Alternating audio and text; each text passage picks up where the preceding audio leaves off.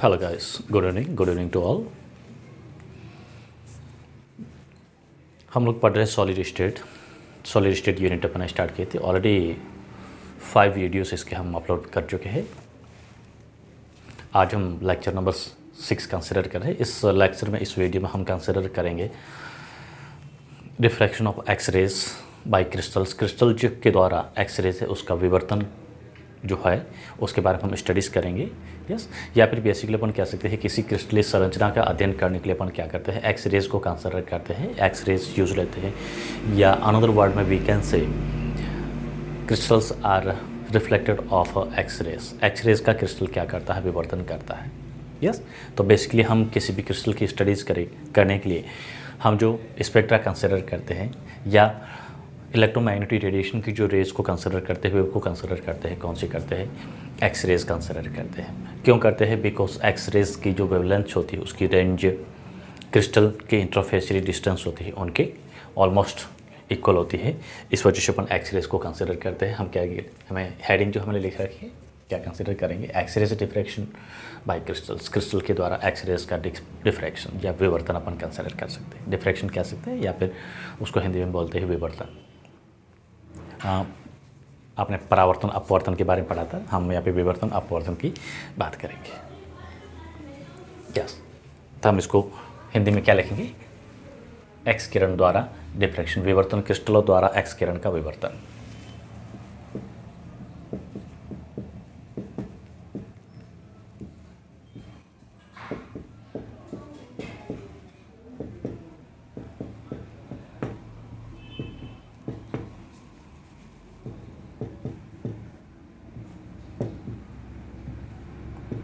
Yes, क्रिस्टलों द्वारा x किरण का विवर्तन। तो एक्स रेज एक्स किरण का अपन उपयोग करते हैं, कहाँ लेते हैं, क्रिस्टलिक ठोस क्रिस्टलिक सॉलिड की स्ट्रक्चर के बारे में स्टडीज़ करना। क्रिस्टलोग्राफी की जो ब्रांचेस में हम स्टडीज़ करते हैं इनके, हमने इससे पहले जो है 3 लॉज पढ़े थे क्रिस्टलोग्राफी के। यस, तो यहाँ पे एक तो आपको ध्यान रखना है, एक्स रेज का जो वेवलेंथ अपन कंसिडर करते हैं क्या लेंगे, एक्स रेज की जो वेवलेंथ है इसकी रेंज की मैं बात करता हूँ, तो वेवलेंथ हमें कितनी मिलती है, यूजली अपन कंसिडर करते हैं, अप्रोक्सीमेटली इसलिए ले रहा हूँ 10⁻⁸ सेंटीमीटर, और we can say is equal almost 1 angstrom. Yes, when this X rays are pass through the crystals, जब हम एक्स रेज को क्रिस्टल से पास करते हैं तो क्या होता है, सपोज हमारे पास कोई एक क्रिस्टल है। यस, ये हमारी क्रिस्टल है और क्रिस्टल के अंदर आपको ध्यान के रखना है बहुत सारी क्रिस्टलिक परतें होती है, लेयर होती है। ये मैंने एक क्रिस्टल लिया है और क्रिस्टल में क्या होती है, बहुत सारी क्रिस्टलिक परतें होती है, और हम जब क्या करते हैं, एक्स रेज को यहाँ से पास करते हैं। सपोज हमने ये क्या लिया है, this is X rays. X rays यहाँ पे पास करेंगे तो क्रिस्टल क्या करता है, क्रिस्टल द्वारा इस एक्स रेज का क्या होता है, ट्रांसमिशन हो सकता है। यस,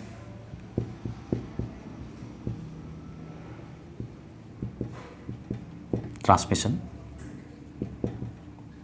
कुछ एक्स रेज का क्या करते हैं, ट्रांसमिशन करते हैं, और कुछ एक्स रेज का ये क्या करता है,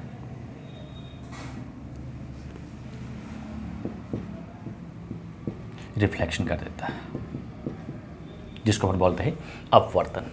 क्या बोलेंगे, रिफ्लेक्शन। रिफ्लेक्शन का मीनिंग होता है परावर्तन। Sorry, yes. अब हमें यहाँ पे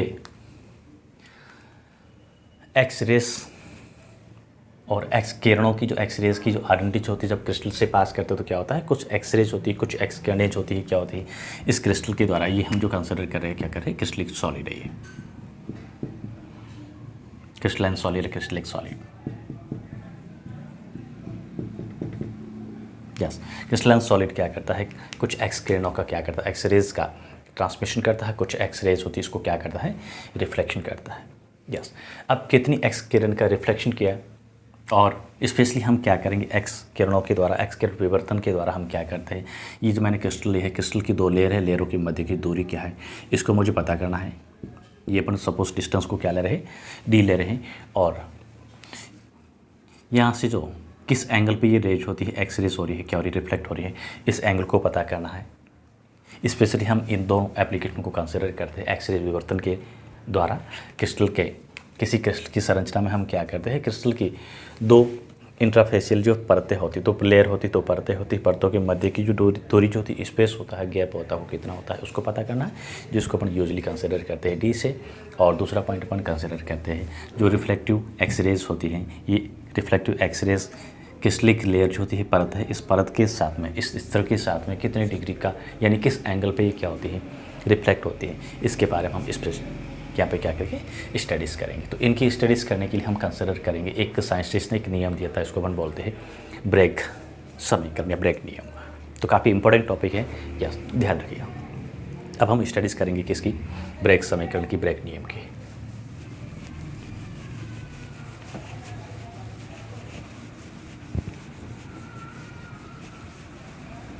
यस, एक्सरेज की कंसिडर करेंगे। ब्रैग इक्वेशन, ब्रैग इक्वेशन क्या होती है, समीकरण कैसे बनता है, उसके बारे में हम डिटेल से स्टडीज़ करेंगे, और उसका व्युत्पन्न कैसे होता है। तो अपन ले रहे हैं Bragg equation.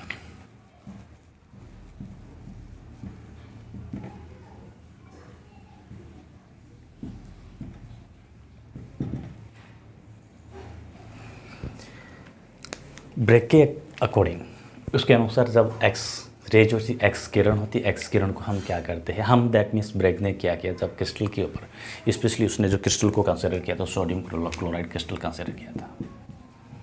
Sodium chloride crystal है, इसके ऊपर जब एक्स रेज को पास करते हैं, एक्स रेज की कुछ किरणें होती है, ट्रांसमिटेड हो जाती है, कुछ रेज होती है, रिफ्लेक्ट हो जाती हैं। यस, इस ड्यूरिंग उसने क्रिस्टल की जो दो लेयर होती है, परतें होती, परतों की मध्य की दूरी, और यहाँ पे परावर्तित कोण जो होता है, उस कोण के मध्य संबंध को बताया था ब्रैग ने एक समीकरण के द्वारा। और उस समीकरण को फिलहाल आपको ध्यान रखना है, 1 मार्क के फॉर्म में क्वेश्चन आपको पूछा जा सकता है। तो ब्रैग समीकरण क्या होता है, n lambda is equal to 2d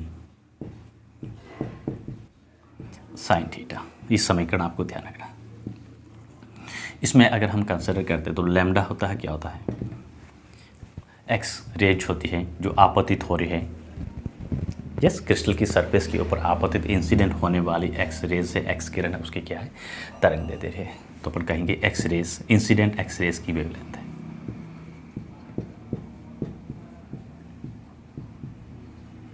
wavelength of incident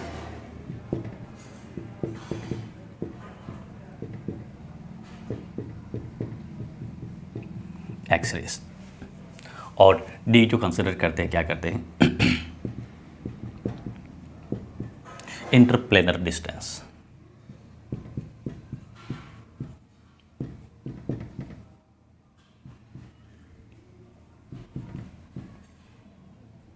Interplanar distance, that means distance between two crystalline layer.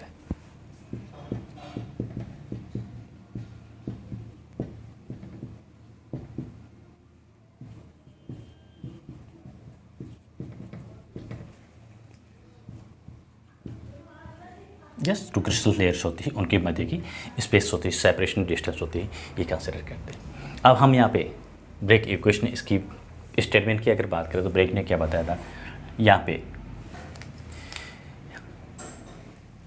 Interplanar distance wavelength के होल नंबर के गुणांक के रूप में होती है। यस, ये इंटर स्पेसिफिक डिस्टेंस होती है, वो क्या होती है, किसका गुणांक होती है, तरंग दैर्ध्य की गुणांक के रूप में होती है। यस, इसको पर सिंपली अपन ये कह सकते हैं, अर्थात मैं कहूँगा ब्रैग के अनुसार क्रिस्टल की दो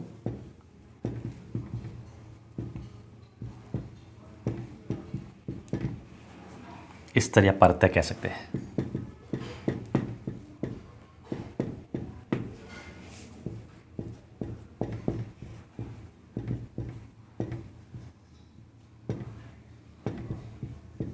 मध्य की दूरी, सेपरेशन जो होता है, तरंग दैर्ध्य के सरल गुणांक के बराबर होता है, या एक्स किरण या एक्स रेज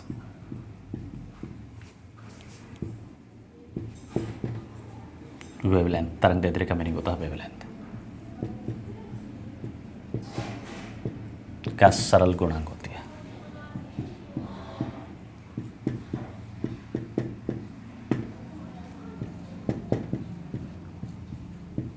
यस, ये ब्रेक इक्वेशन है। अब हम यहाँ पे क्या करेंगे, इंपॉर्टेंट केस हमारा ये होता है कि ब्रेक समीकरण है, इसके अपन डेरिवेशन कैसे करते हैं, डेरिवेशन ऑफ ब्रेक इक्वेशन। तो हेडिंग लिखिएगा derivation of Bragg equation.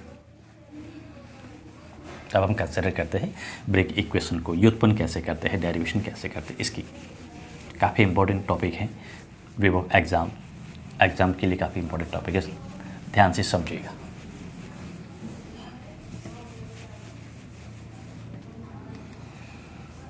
Yes, heading लिखिएगा derivation of Bragg equation, Bragg equation की डेरिवेशन।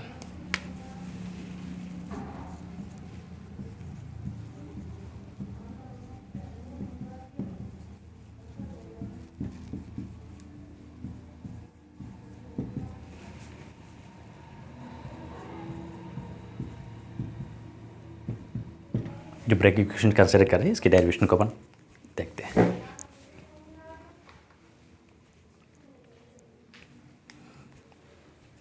यस, डेरिवेशन की अगर हम बात करें तो डेरिवेशन के लिए अपन क्या करेंगे, हम यहाँ पे कंसिडर करते हैं क्रिस्टल। ये मैं क्रिस्टल ले रहा हूँ और क्रिस्टल की क्या ले रहा हूँ, ये डिफरेंट अलग अलग परतें ले रहा हूँ। वही क्रिस्टल मैंने सोडियम क्लोराइड क्रिस्टल की मैं बात कर रहा हूँ, मैंने यहाँ पे सोडियम क्लोराइड की क्रिस्टल की तीन परतें ली। एक ही क्रिस्टल है, इसकी अलग अलग तीन परतें। यस, यहाँ से मैं कंसिडर करता हूँ जो अपन रिफ्लेक्शन के लॉ को पढ़ते हैं, नॉर्मल जो कंसिडर करते हैं हमारा नॉर्मल है। इस क्रिस्टल के ऊपर ये सब क्रिस्टल के पॉइंट है, ये क्रिस्टल बिंदु जिसको अपन बोलते हैं लैटिस पॉइंट, वो चालक पॉइंट होते हैं, क्रिस्टल के जो पॉइंट होते हैं। जैसे सोडियम क्लोराइड में Na और Cl जो उसके अवयव होते हैं, उस फॉर्म इसको कंसिडर करते हैं।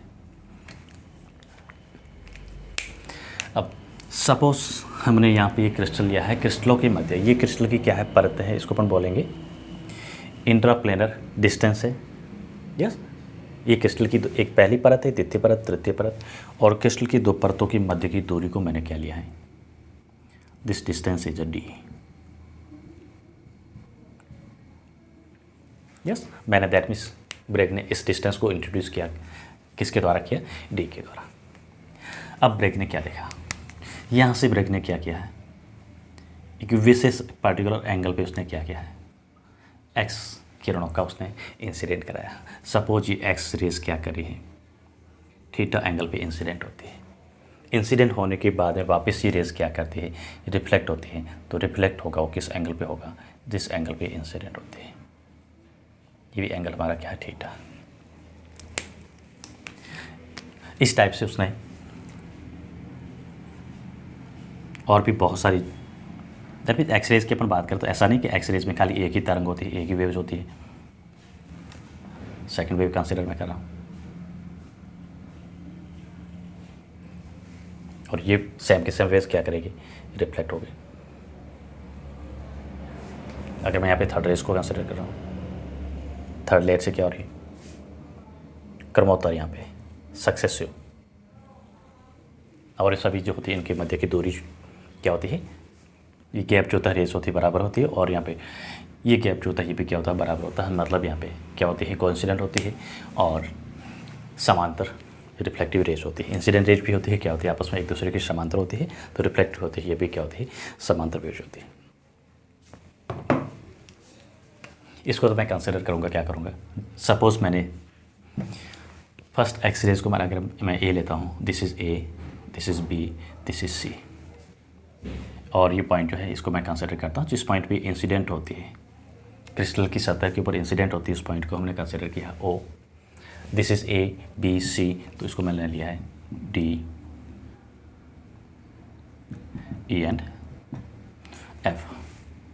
This three ways are incident, और ये जो है क्या तीनों रिफ्लेक्टिव, तो इसको मैं लिखूँगा इंसिडेंट। ये तीनों जो रे क्या है, इंसिडेंट वेव्स या एक्स रेज कंसिडर करूँगा।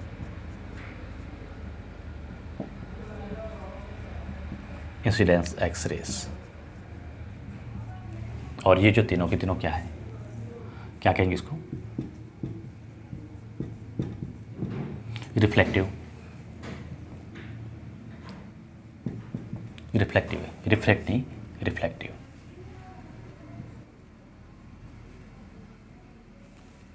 रिफ्लेक्टिव ध्यान रखना है, एक्सरेस। देखिए रिफ्रैक्शन अलग होता है, रिफ्लेक्शन अलग होता है, यहाँ पे कन्फ्यूजन नहीं होना है। रिफ्लेक्शन डिफर होता है, रिफ्लेक्शन अलग होता है। रिफ्लेक्शन का मीनिंग क्या होता है, जैसे अपन किसी हार्ड बॉल के ऊपर बॉल को मैं थ्रो करता हूँ तो बॉल क्या होगी, वापस उसी माध्यम में रिफ्लेक्ट होती है, कम बैक होती है। और रिफ्लेक्ट का मीनिंग होता है माध्यम चेंज नहीं होता है, जब या फिर माध्यम चेंज होता है उस केस में उसका जो वेव का पाथ होता है, पाथ की डिस्टेंस कह सकते हैं, डायरेक्शन जो होती है वो स्लाइटली चेंज हो जाती है। उस प्रोसेस को अपन बोलते हैं रिफ्रैक्शन बोलते हैं, मतलब अपने ओरिजिनल पाथ से थोड़ा सा बेंड होना, मुड़ना, उसको अपन बोलते हैं रिफ्रैक्शन। और रिफ्लेक्शन का मीनिंग होता है उस वेव का वापस उसी माध्यम में आना। जैसे यहाँ पे ये समान माध्यम है, ये अपर मीडियम है, ये भी अपर मीडियम है। अगर ये अपर मीडियम एयर है तो ये भी इधर वाला भी अपर मीडियम क्या है, एयर है। यस, अब इसको समझिएगा। अब सपोज यहाँ पे जो रिफ्लेक्टिव रेज है इसके बैक साइड को अपन ने क्या किया है, यहाँ तक इसको एक्सटेंड कर दिया। एक्सटेंड किया, सपोज इस पॉइंट को क्या करता है, एंड पॉइंट पे इसको क्या कर रहा है, इंटरसेप्ट कर रहा है। सेम किस्म इस रेज को भी हम क्या करते हैं इस साइड से, और ये क्या करता है, इस रेज को एम पॉइंट पे क्या करता है, इंसिडेंट करता है। और ये पॉइंट जहाँ पे दोनों ही एक दूसरे को क्या करती है, ये पॉइंट ओरिजिन ओ था, ये पॉइंट मैंने कंसिडर किया है एल कंसिडर किया। यस, इस पॉइंट को हमने क्या कंसिडर किया है, एल कंसिडर किया। अब देखिए बहुत इंपॉर्टेंट केस, ये हमें जो कंसिडर कर रही है परत है, किसकी है, क्रिस्टल की। प्रथम परत, द्वितीय परत, थर्ड लेयर और टू लेयर से इसके मध्य की डिस्टेंस को हमने क्या किया है, डी कंसिडर किया है। अब एक्स रेज को जब हमने क्या किया, इस सतह के ऊपर इंसिडेंट करा है, उस केस में इंसिडेंट के बाद में कुछ रेज होती है, मैंने कहा कि ट्रांसमिट हो जाती है, कुछ रेज होती है क्या होती है, रिफ्लेक्ट होती है। अब रिफ्लेक्टिव रेज का हमें क्या करना है, एंगल को पता करना है। ये एंगल जो है एंगल ऑफ रिफ्लेक्शन जिसको मैं बोल रहा हूँ, ये थीटा एंगल है, ये थीटा, तो ये भी एंगल क्या होगा, सेम का सेम थीटा होगा। यस, अब हम यहाँ पे किसकी बात करेंगे, ये जो रेज होती है इंसिडेंट रेज है, इसके मध्य का जो वेरिएशन आता है, गैप आता है, उसकी हम बात करेंगे। देखिए क्या आता है,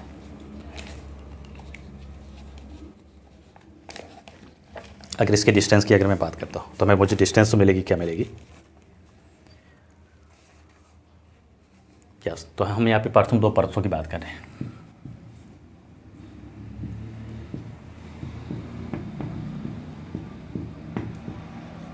प्रथम दो परतों के मध्य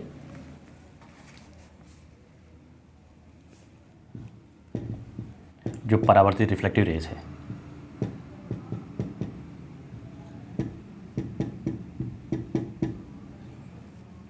परावर्तित किरणों की पथ लंबाई,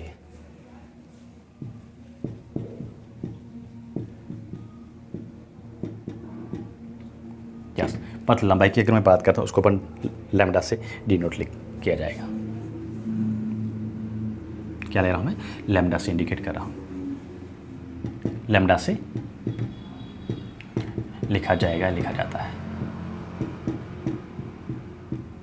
यस, अब ये लैम्डा जो होता है क्या होता है, पथ की जो लंबाई जो होती है, प्रथम दो परावर्तित किरणों की पथ की लंबाई, ये लैम्डा होता है किसके इक्वल होता है, ये पथ की जो लंबाई जो होती है कितनी होती है, ये ध्यान रखना है। ये लैम्डा के थ्रू इसको इंडिकेट करते हैं, लैम्डा किसके इक्वल होता है, L N plus M N के इक्वल होगा। तो क्या लिखेंगे अपन, L N plus M N, ये मैंने इक्वेशन नंबर 1 लिखा। अब ब्रेक के अनुसार, ब्रेक क्या कहता है, ब्रेक समीकरण के अनुसार ये पथ की लंबाई जो होती है किसके इक्वल होती है, एन लैम्डा के इक्वल होती है। जो फर्स्ट इक्वेशन उसने दी थी, ब्रेक ने क्या बताया था, ये पथ की जो लंबाई होती है, परावर्तित पथ की लंबाई किसकी इक्वल होती है, तरंग देते कि सरल गुणांक के बराबर होती है। दैट मीन्स मैं इसको रिप्लेस कर सकता हूँ, किसको, लैम्डा इज इक्वल टू मैं ले सकता हूँ एन लैम्डा ब्रेक के अनुसार।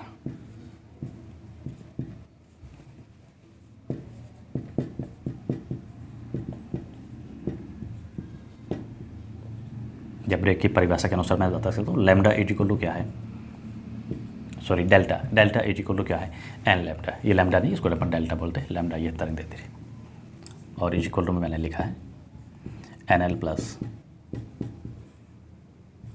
M N O M N, और इसको हमने लिखा है समीकरण नंबर 2। अब यहाँ पे देखिएगा हमें क्या करना है, थीटा की वैल्यू पता करनी है और ये डिस्टेंस कितनी है इसको हमें पता करना है।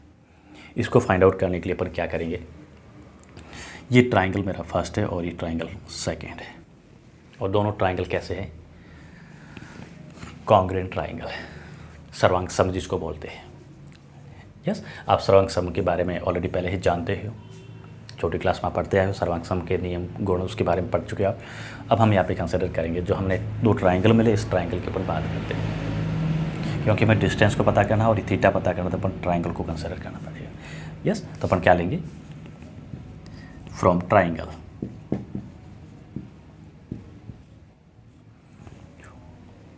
ONL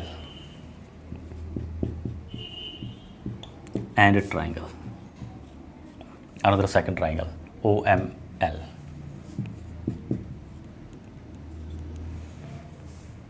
यस, ये एंगल कंसिडर करेंगे, ये क्या है, ये एंगल को कंसिडर करेंगे तो अपन क्या करेंगे भाई, ट्रिग्नोमेट्री का जो कंसेप्ट होता है, फॉर्मूला है, उसको अपन अप्लाई करेंगे। तो ये एंगल को मैं कंसिडर करता हूँ, ये साइन थीटा है, तो ये भी क्या होगा, साइन थीटा होगा, दोनों एंगल्स क्या होंगे, सेम होंगे। यस, और दोनों ट्राइंगल जो है कैसे है, कॉन्ग्रुएंट ट्राइंगल है, सर्वांग सम है। दोनों मैं लिख देता हूँ, दोनों triangles are congruents, that means सर्वांग सम है। सर्वांग सम का मतलब आप समझते हो, मुझे और बताने की डिटेल की जरूरत नहीं है। यस, तो पहला केस मैं यहाँ पे ले रहा हूँ ट्राइंगल, इसको कंसिडर करता हूँ, इस ट्राइंगल के थ्रू इस थीटा को मैं यूज़ ले रहा हूँ। कौन सा थीटा है, हम लिखेंगे यहाँ पे साइन थीटा। साइन थीटा क्या होता है, किसके इक्वल होगा, NL upon OL, NL upon OL। Yes, या फिर मैं इसको लिख सकता हूँ क्या, OL is equal to NL sine theta. Yes, और देखिएगा OL किसकी इक्वल है,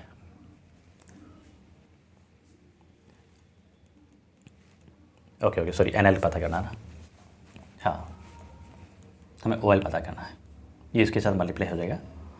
क्या कंसिडर करेंगे, NL is equal to OL sine theta.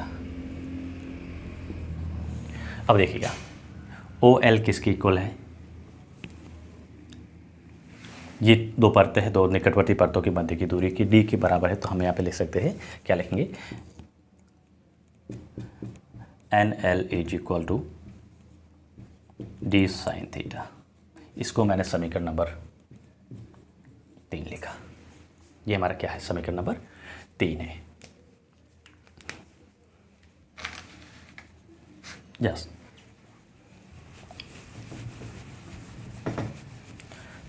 फिर अपन सेकंड ट्राइंगल को कंसिडर कर रहे हैं।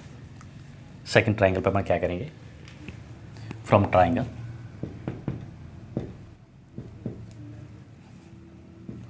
OML, वही कंसेप्ट साइन थीटा, क्या लेंगे, किसकी इक्वल होगा, ML upon OL। Yes, same concept, ML is equal to किसके बराबर होगा,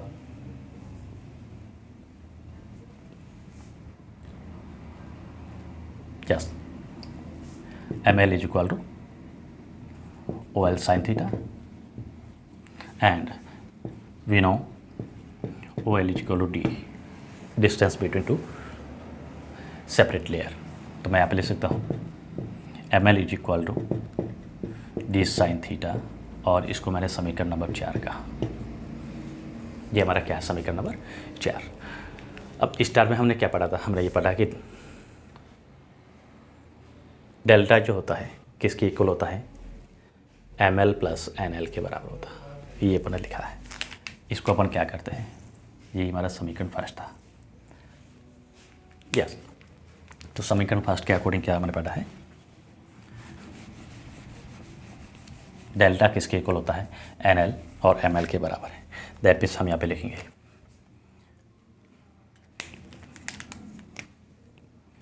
delta is equal to N lambda is equal to क्या लिखेंगे, NL प्लस ML, और NL और ML की वैल्यू को सब्स्टिट्यूट कर देते, पुट कर देते हैं, क्या मिलेगा, D sine theta plus D sine theta. ओहो, क्या गजब का रिलेशन आया। Yes, D sine theta, D sine theta. तो हम यहाँ पे लिख सकते हैं N lambda is equal to D plus D sine theta plus D sine theta, क्या मिलेगा 2d साइन थीटा। यही हमने स्टार्ट में जो ब्रेक इक्वेशन लिखी थी, ब्रेक समीकरण लिखा था, यही ब्रेक समीकरण का सॉल्यूशन है। दैट मीन्स उसकी डेरिवेशन है। ध्यान रखना, बहुत ही इंपॉर्टेंट क्वेश्चन यहाँ से बनता है। तो उम्मीद करता हूँ कि आपको ये टॉपिक ब्रेक समीकरण, एक्स-रे विवर्तन की एप्लीकेशन क्या काम आता है और उसके द्वारा अपन क्या करते हैं, ब्रेक समीकरण है इसको अपन कैसे डेराइव करते हैं, कैसे व्युत्पन्न करते हैं, उसके बारे में हमने आज स्टडीज़ की है।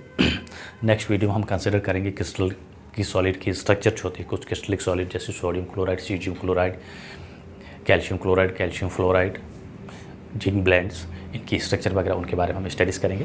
तो आज हम यही वीडियो स्टार्ट करते हैं। Thank you for watching and have a good night.